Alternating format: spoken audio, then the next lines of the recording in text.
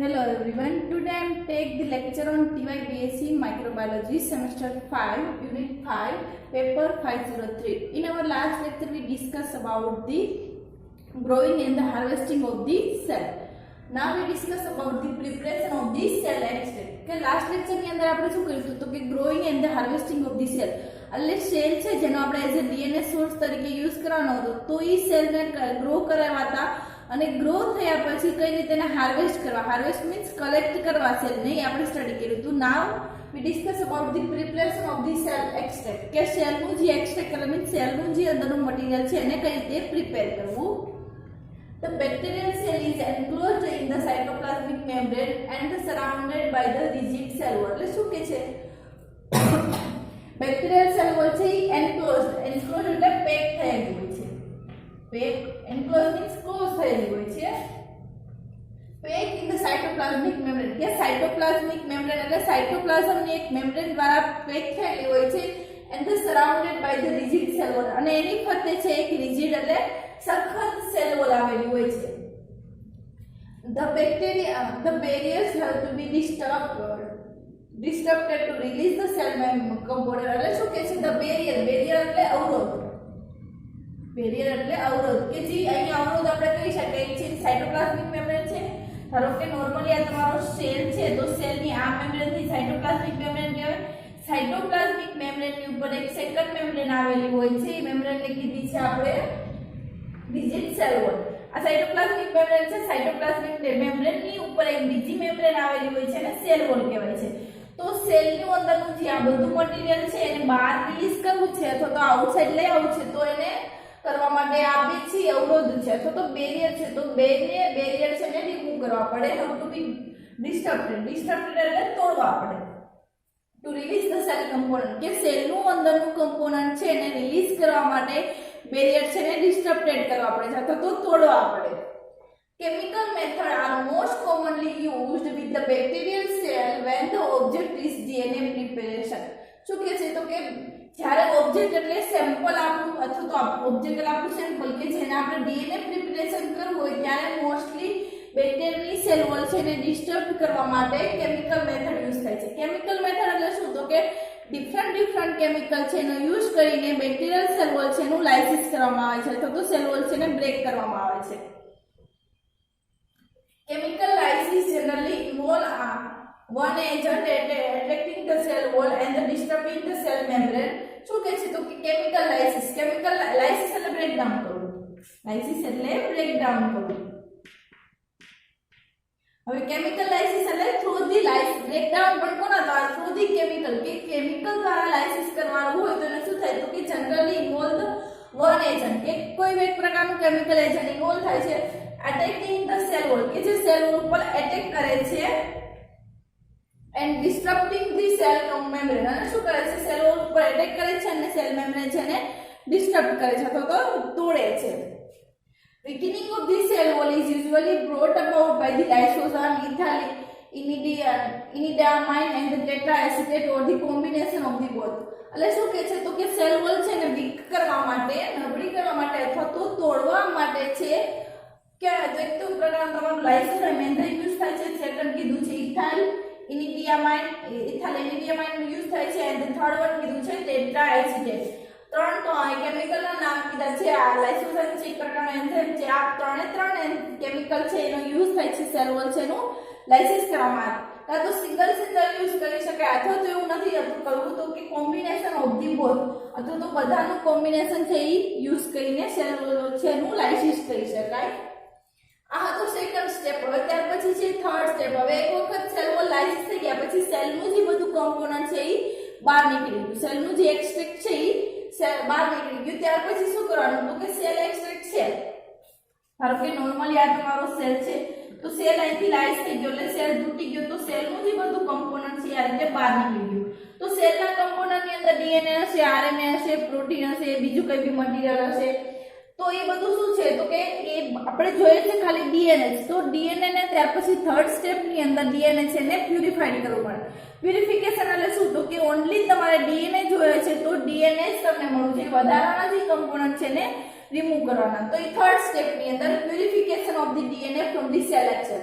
હવે આપણે એક વખત સેલનું એક્સટ્રેક્શન કર્યું એટલે સેલનું જે બધું કમ્પોનન્ટ છે એને બહાર રિલીઝ કર્યું. હવે બહાર રિલીઝ થઈ ગયા પછી એની અંદરથી પર્ટિક્યુલરલી આપણે ડીએનએ જોયા છે તો ડીએનએ નું પ્યુરિફિકેશન કરવાનું. Bacterial cell will extract contain the significant quantity of the protein and the RNA. એટલે શું કહે છે બેક્ટેરિયાનું જે સેલ એક્સટ્રેક્ટ છે એની અમાઉન્ટ ધી સિગ્નિફિકન્ટ એટલે બહુ વધુ પ્રમાણમાં પ્રોટીન અને આરએનએ હોય છે. A variety of the method can be used to purify the DNA from this mixture. કે ઘણી બધી મેથડ છે યુઝ થાય છે કોના માટે તો કે પ્યુરિફાઈડ ધ ડીએનએ. ડીએનએ ના પ્યુરિફિકેશન માટે ઘણી બધી મેથડ યુઝ થાય છે ફ્રોમ ધી મિક્સચર માંથી. એટલે કે મિક્સચર હોય, મિક્સચર એટલે શું તો કે પ્રોટીન આરએનએ ડીએનએ બધાનું મિક્સચર છે એમાંથી ડીએનએ નું પ્યુરિફિકેશન કરવું છે તો ઘણી બધી મેથડ છે એ યુઝ થાય છે. તેમાં પહેલી મેથડ છે removal by the organic extraction and the ethyl enzyme digestion. Organic extraction કરવાનું એન્ઝાઇમનો યુઝ કરીને એનું ડાયજેશન કરવાનું. ડાયજેશન એટલે બ્રેકડાઉન કહી શકાય. The standard way to deproteinize the cell extract is to add the phenol or the 1:1 mixture of the phenol and the chloroform. શું કહે છે તો કે standard way to deproteinize. Deproteinize એટલે removal of the protein. Removal of protein.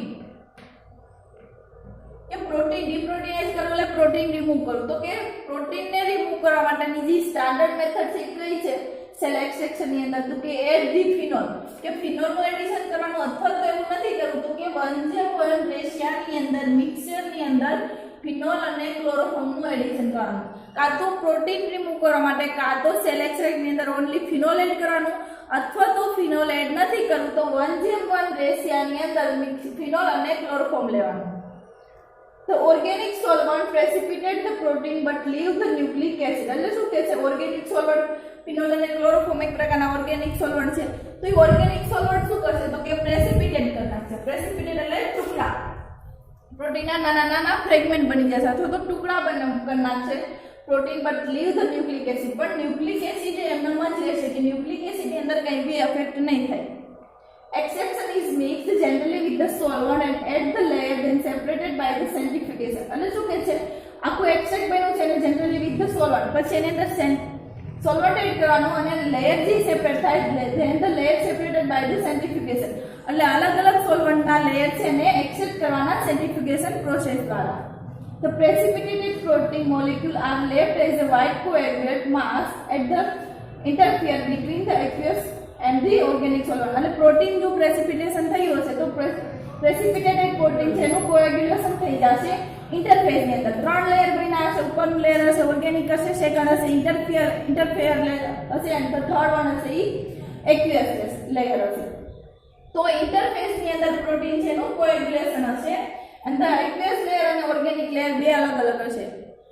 The aqueous solution of the nucleic acid અને aqueous solution હશે એની અંદર nucleic acid present હશે. તો aqueous solution of the nucleic acid can then be removed with the pipette. અને pipette દ્વારા aqueous solution ની અંદર જે ન્યુક્લિક એસિડ છે ને લઈ કલેક્ટ કરી લેવાનું. એટલે aqueous solution ની અંદર ન્યુક્લિક એસિડ હશે તો ન્યુક્લિક એસિડ ની અંદર આરએનએ અને ડીએનએ બંને હોઈ શકે. તો પછી આરએનએ આપણે જોઈએ છે પ્યુરિફિકેશન ડીએનએ નું કરવું છે તો આરએનએ ને રિમૂવ કરવા માટે RNA can be removed rapidly with the help of the ribonuclease which rapidly degrade the RNA. એટલે શું કહે છે RNA ને રિમૂવ કરવા માટે રાઇબોન્યુક્લિયસ એન્ઝાઇમનો યુઝ થાય છે. રાઇબોન્યુક્લિયસ એન્ઝાઇમ છે એ પર્ટિક્યુલરલી RNA છે એનું ડિગ્રેડેશન કરી નાખે છે. એટલે એન્ઝાઇમની હેલ્પથી RNA નું ડિગ્રેડેશન કરવાનું પછી લાસ્ટની અંદર તમને મળશે તમારું પ્યુરિફાઈડ DNA હશે. એટલે they bind to the electrically charged particle. એટલે ion one of the method for ion એટલે શું કહે છે તો કે one of these method is the ion exchange chromatography. કે ડીએનએ છે ના સેપરેશન માટે પ્યુરિફિકેશન માટે એક મેથડ યુઝ થાય છે કઈ છે તો કે ion exchange chromatography which separate the molecule કે મોલેક્યુલને સેપરેટ કરે છે according to the tightly bind to the electrically charged particle. કે કઈ રીતે અથવા તો કેટલા ટાઇટલી ઇલેક્ટ્રિકલી ચાર્જ પાર્ટિકલ જોડે બાઇન્ડ થયા છે એના ઉપરથી એનું આખું સેપરેશન કરવામાં આવે છે. charge tightly bind to the electrically charged particle present in the chromatographic matrix. Chromatography matrix એટલે ક્રોમેટોગ્રાફીની અંદર મેટ્રિક્સની અંદર આયન એક્સચેન્જ ક્રોમેટોગ્રાફીની અંદર એક મેટ્રિક્સ પ્રિપેર કરેલું હોય છે. મેટ્રિક્સની અંદર ચાર્જ અલગ અલગ ચાર્જ પાર્ટિકલ હોય છે. તો એ ચાર્જ પાર્ટિકલ જોડે તમારું સેમ્પલ છે એ કયા ચાર્જ દ્વારા બાઇન્ડ થાય છે, કઈ રીતે બાઇન્ડ થાય છે, અથવા તો કેટલું ટાઇટલી બાઇન્ડ થાય છે, એના ઉપરથી આખું ડીએનએ છે એનું સેપરેશન કરવામાં આવે છે. DNA and RNA have the negatively charged and so bind to the positively charged resin. એટલે શું કહે છે, DNA અને RNA છે એનો ચાર્જ છે નેગેટિવ છે, એટલે નેગેટિવ ચાર્જ હોવાના લીધે ક્રોમેટોગ્રાફિક મેટ્રિક્સ ની અંદર પોઝિટિવ ચાર્જ વાળા અને નેગેટિવ ચાર્જ વાળા બંને વાળા મોલેક્યુલ હશે. તો અહીંયા શું થશે, DNA અને RNA નો ચાર્જ નેગેટિવ છે એટલે નેગેટિવ જોડે પોઝિટિવ નું એટ્રેક્શન થશે, એટલે DNA અને RNA છે એ પોઝિટિવલી ચાર્જ જોડે બાઇન્ડ થશે. રેઝિન એટલે એક પ્રકારનો મેટ્રિક્સ જ કહી શકાય. The electrical attachment is disrupted by the salt. એટલે એક વખત હવે તે બાઇન્ડ થઈ ગયા છે, DNA અને RNA બાઇન્ડ થઈ ગયા છે, પછી એને ત્યાંથી એનું સેપરેશન કરવું છે. તો સેપરેશન કરવા માટે શું કરવામાં આવશે, તો કે electrical attachment is disturbed by salt, કે સોલ્ટની હેલ્પથી એટેચમેન્ટ છે ડિસ્ટર્બ કરવામાં આવશે, કે સોલ્ટ ઇલેક્ટ્રિકલ ચાર્જ જોડે બાઇન્ડ થયા છે, બાઇન્ડ થયેલા છે એને ડિસ્ટર્બ કરવા માટે સોલ્ટની હેલ્પ લેવામાં આવશે. By gradually increasing the salt concentration, different type of the molecule can be detached from the resin one after the other. એટલે શું કહે છે, gradually increasing the salt concentration, એટલે ધીરે ધીરે સોલ્ટ નું કોન્સન્ટ્રેશન જેમ વધારતા જઈએ તે મોલેક્યુલ છે એ બાઇન્ડ થયેલા હોય ત્યાંથી ડિટેચ થતા જશે. ડિટેચ એટલે છૂટા પડતા જશે, one after another from the resin, one after another. એટલે રેઝિન અથવા તો મેટ્રિક્સ જોડે તમારા DNA અથવા તો RNA મોલેક્યુલ છે બાઇન્ડ થયેલા છે, એટલે જેમ જેમ સોલ્ટ નું કોન્સન્ટ્રેશન ઇન્ક્રીઝ કરતા જશે તે મોલેક્યુલ ત્યાંથી એના મેટ્રિક્સ માંથી છૂટા પડતા જશે અથવા તો ડિટેચ થતા જશે. આ હતી સેકન્ડ મેથડ હતી DNA ના પ્યુરિફિકેશન માટે. ત્યાર પછી લાસ્ટ ફોર્થ વન છે એ concentration of the DNA sample. એક વખત પેલું સેલ નું ગ્રો કરાવ્યું અને એનું હાર્વેસ્ટિંગ કર્યું, પછી હાર્વેસ્ટિંગ થઈ ગયું, પછી preparation of the cell extract, કે સેલ નું આખું એક્સટ્રેક્શન કર્યું, અને થર્ડ પછી હતું પ્યુરિફિકેશન ઓફ ધી DNA. તો એક્સટ્રેક્શન માંથી DNA નું પ્યુરિફિકેશન કર્યું અને લાસ્ટ સ્ટેપ છે concentration of the DNA sample, કે DNA સેમ્પલ છે ડાયલ્યુટેડ હોય તો એનું કોન્સન્ટ્રેશન કરવાનું. તો most frequently used method of the concentration is the ethanol precipitation, કે ઇથેનોલ ની હેલ્પથી DNA નું પ્રેસિપિટેશન કરવામાં આવે છે. એ મેથડ છે મોસ્ટ ફ્રીક્વન્ટ, એટલે વારંવાર યુઝ થાય એવી મેથડ છે.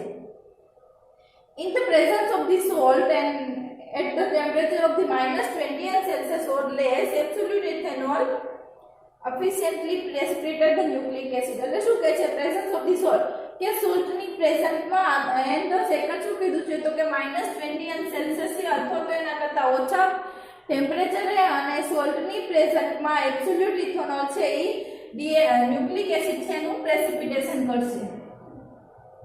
પછી એક વખત પ્રેસિપિટેટ થઈ જાય પછી પ્રેસિપિટેટ નાના નાના ટુકડા બની જશે, તો એ ટુકડાને સેન્ટ્રીફ્યુઝ કરવાના, જેના લીધે છે પેલેટ તરીકે DNA છે નીચે બેસી જશે ને ઉપરના એટલે સુપરનેટેડ લેયરની અંદર હશે તમારું ઇથેનોલ, તો ઇથેનોલને પોર ઓફ કરવાનો, એટલે ઇથેનોલ ઢોળી નાખવાનું અને નીચે જે મળશે તમારું પેલેટ મળશે. હવે DNA નું કોન્સન્ટ્રેશન થઈ ગયું, પછી measurement of the DNA concentration, કે DNA છે એનું કોન્સન્ટ્રેશન કેટલું છે ને મેઝરમેન્ટ કરવાનું. DNA concentration can be accurately measured by the ultraviolet absorption spectrophotometry at the 260 nanometer. કે એક્યુરેટલી એટલે ચોકસાઈપૂર્વક, એક્યુરેટલી એટલે ચોકસાઈપૂર્વક એનું મેઝરમેન્ટ કરવું હોય તો અલ્ટ્રાવાયોલેટ એબ્ઝોર્પ્શન સ્પેક્ટ્રોફોટોમેટ્રી, એટલે સ્પેક્ટ્રોફોટોમીટર એક પ્રકારનું ઇન્સ્ટ્રુમેન્ટ છે, એની હેલ્પથી 260 નેનોમીટરે DNA છે એનું મેઝરમેન્ટ કરવામાં આવે છે.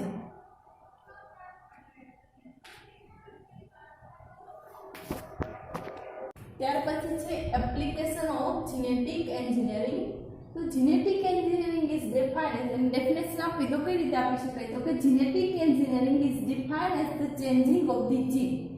શું કે છે, તો કે defined as the changing of the gene, કે જીનની અંદર કઈ બી ચેન્જીસ બદલાવ કરી શકાય. પછી સેકન્ડ કે purified DNA fragment are isolated and recombined in the cells grown outside the living organism. એટલે શું કે છે, તો કે આની અંદર આખી જીનેટિક એન્જિનિયરિંગ ની અંદર પહેલા DNA purified DNA fragment that means the ટુકડો, DNA નો ટુકડો આર આઇસોલેટેડ, કે એવો DNA કે જેને તમારે જોઈએ છે કે જેનું તમારે આઇસોલેશન કરવું છે, એ DNA નો ટુકડો છે એને તમારે આઇસોલેટ કરવાનો અથવા તો પ્યુરિફાઈડ કરવાનો.